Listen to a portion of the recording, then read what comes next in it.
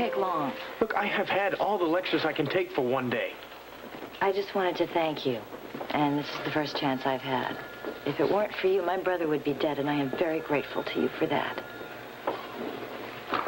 Bobby, I only did what anybody would have done. Not anybody who is really working for the DVX. Tell that to your friends. I know a little something about what it's like to pay for your past. People can't believe that you could ever change. Can? Or won't? Does it make any difference? I guess not. Well, if you need a friend or you just want somebody to talk to. Thanks. Sayonara, comrade.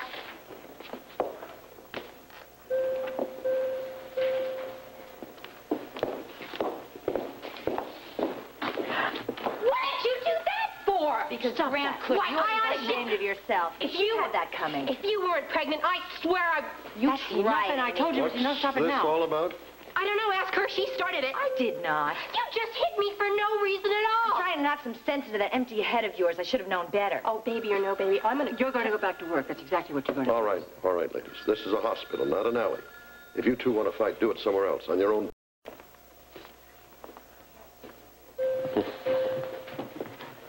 That was uncalled for. Jessie, maybe I shouldn't have slapped her, but it was definitely called for. What's going on? I heard a lot of loud voices. Was something wrong? Oh, Amy, just... Bobby? Bobby? I better get her over here. Yeah, come on. No, look here. No, sit down. Just sit down.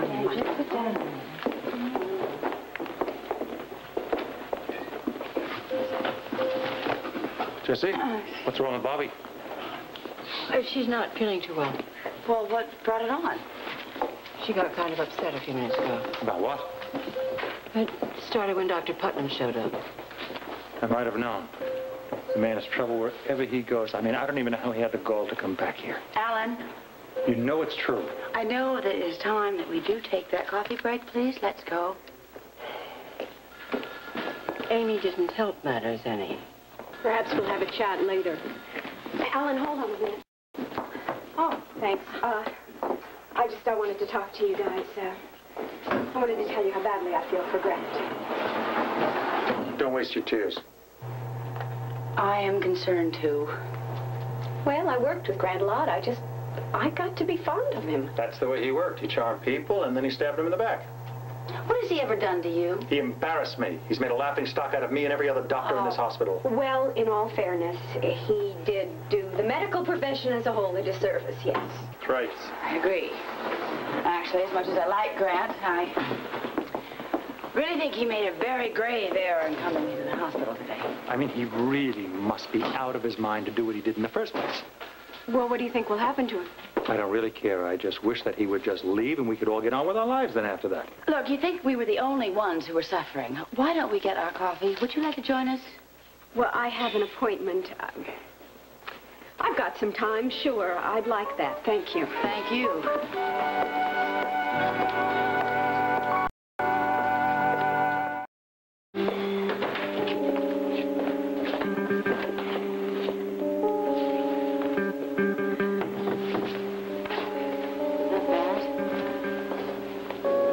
Really? No, I just, found out that I've been dismissed from the staff at General Hospital, that's all. Oh, Grant. Well, actually, there is a little more to it, Celia. Steve has also notified the Office of Professional Medical Conduct in Albany. They'll probably investigate me. What could they do to you? I don't really know. I doubt that they're going to send me a letter of commendation. I suppose that they could recommend that I be barred from practicing medicine anywhere. Oh, good Lord. I'm going to go lie down a while. Oh, wait. Celia, please, I'm exhausted. Lee Baldwin's in there. Waiting for me?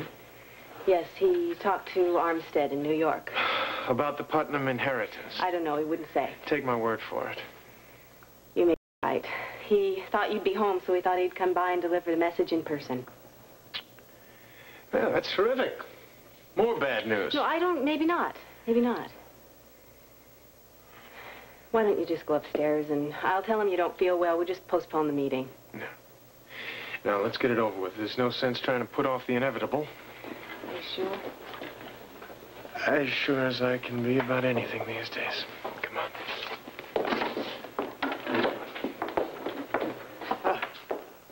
Lee. Hello, Grant. Grant and Lee. Well, that sounds like the end of the Civil War. Well, I'm afraid this battle is just beginning. I gotta be honest, I'm not sure that I'm up to it. Have a seat. Got a call from the executor of the Putnam estate. Oh, yeah. Well, how is dear old Armistead? He's upset. Yeah. Shocked is probably more the word. I suppose this is not a shock to you. Nothing is anymore. You're not going to get a cent of the Putnam money. That's what I figured. It's all right, Grant. There's always my trust fund. And we'll talk about that later, see. Lee, I take it there's more to it. Yeah. The investments that I've made with the Putnam funds. Yeah, that poses a whole other problem. I wasn't sure you'd be aware of it. I'm beginning to get a rough idea. Well, I'm not. What's going on? Well, it's about forgery and fraud and misrepresentation and a whole raft of other very ugly charges that can send a man to prison. Incidentally, Mr. Armistead would like very much to talk to you. Oh, I'll bet he would. Champing at the bit, no doubt. I don't understand. Well, to put it simply, Grant has signed some papers and could be in very serious trouble for it. Because these papers admit finances that didn't belong to him. See, he misrepresented himself, and in the eyes of the law, he misappropriated a great deal of money, and it looks like he's going to answer for it. Look, I have a lot of clients waiting in my office. I do have to run. Lee, thank you for coming by. Yeah. I'll talk to you about all this in greater detail later on, but in the meantime, I want you to know that if I can help you, I will. I'll find my way out.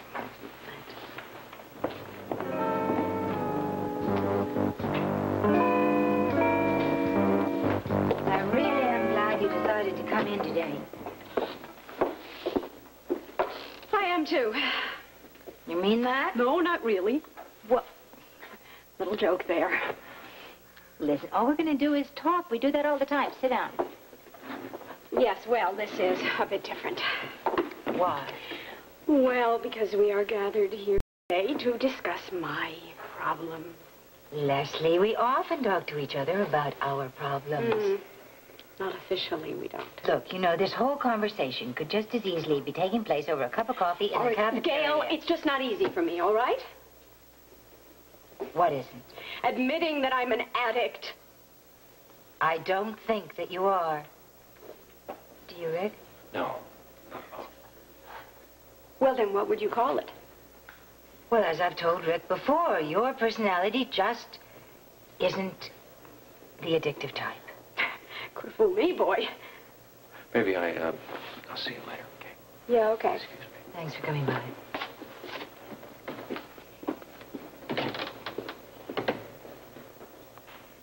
So what's wrong with me? I think you're going through what we might call a cathartic binge. My, that sounds serious. It can be. Look, Leslie, what it really is a displacement of feeling. It's a way of avoiding a problem by channeling the frustration somewhere else.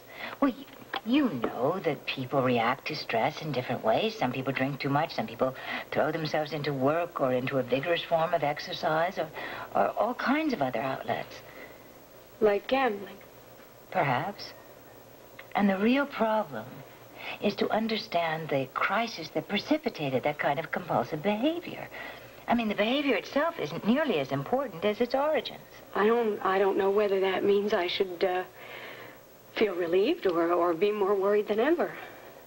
Leslie, you have been through a lot of traumatic sessions in the past couple of years. Look, you just got over Rick's operation for the heart tumor, and before that it was Mike's disappearance, and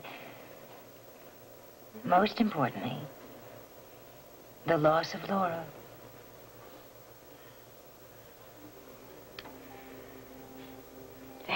the biggie? I thought it might be. I think about her all the time. Lately, everywhere I look, I see something that reminds me of her. Everywhere I look, Gail. I'm sorry. I don't want to do this. Leslie, don't apologize for trying to heal yourself. What? What do you mean? I mean, that, crying. That's the beginning of the cure. Crying is... That's admitting that you're hurting. That's facing up to what's really painful. You mean that? It's the first step, Leslie. You really are on your way back. Gambling isn't your problem. Laura is.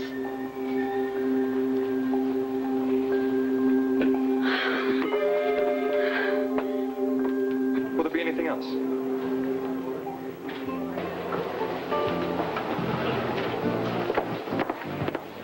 Miss Tardiness does it again. Sorry I'm late. I was just... Ollie! Nice to see you. I'm glad you could meet me with such short notice. Well, I don't have much to do, you know. I just have a city to run. How'd you like it so far? So far, it's not too bad, but it's not nearly as exciting as chasing your family all over Canada. You'll never change, will you? I hope not. Me too. Thanks. So, I hope you didn't want to see me to talk over old times. No, new times. I called you because I'm really worried about Grant and Celia. What's happened? I went to the Quartermain Mansion to see Celia this morning, and she's a wreck. Really? They received an awfully chilly reception when they went home. Apparently Monica's the only one who's showing them any kindness at all.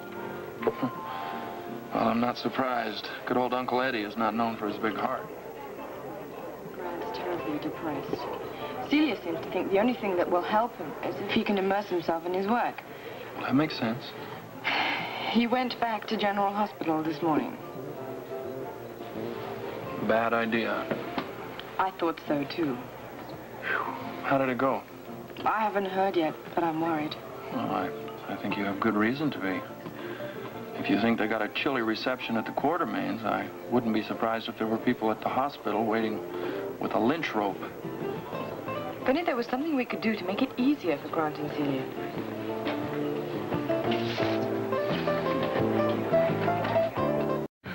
This, of everything else, I can't believe it. Tell that to Armistead.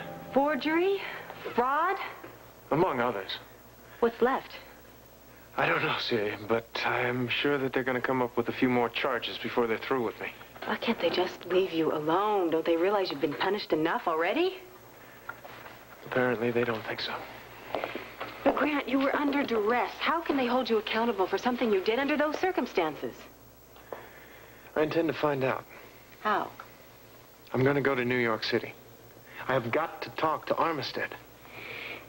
You'll be able to work things out. I know you will.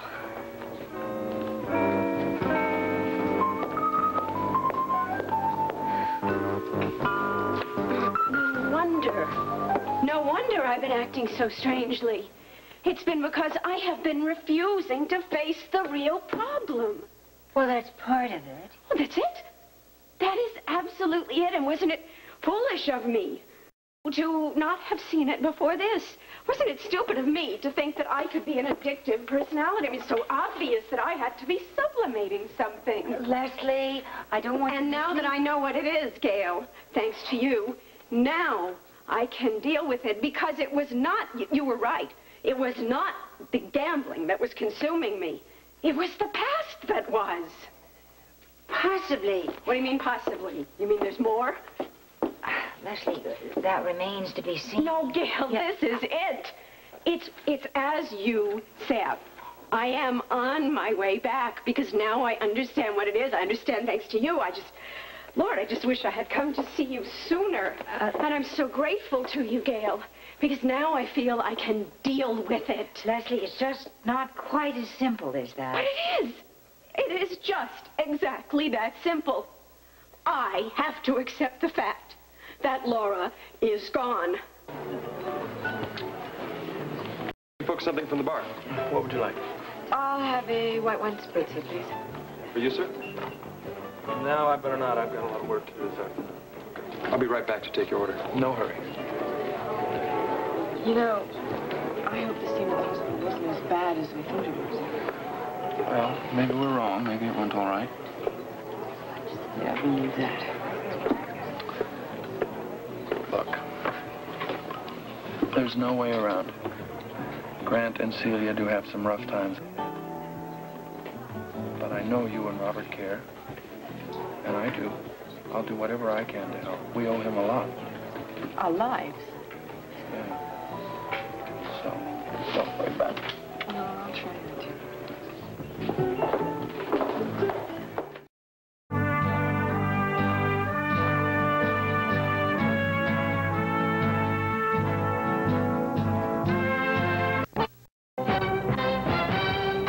Snow has hit the Houston area. It's man-made, and the Postal Service has used it to make a point. A report this evening on Live at 5 here on 13.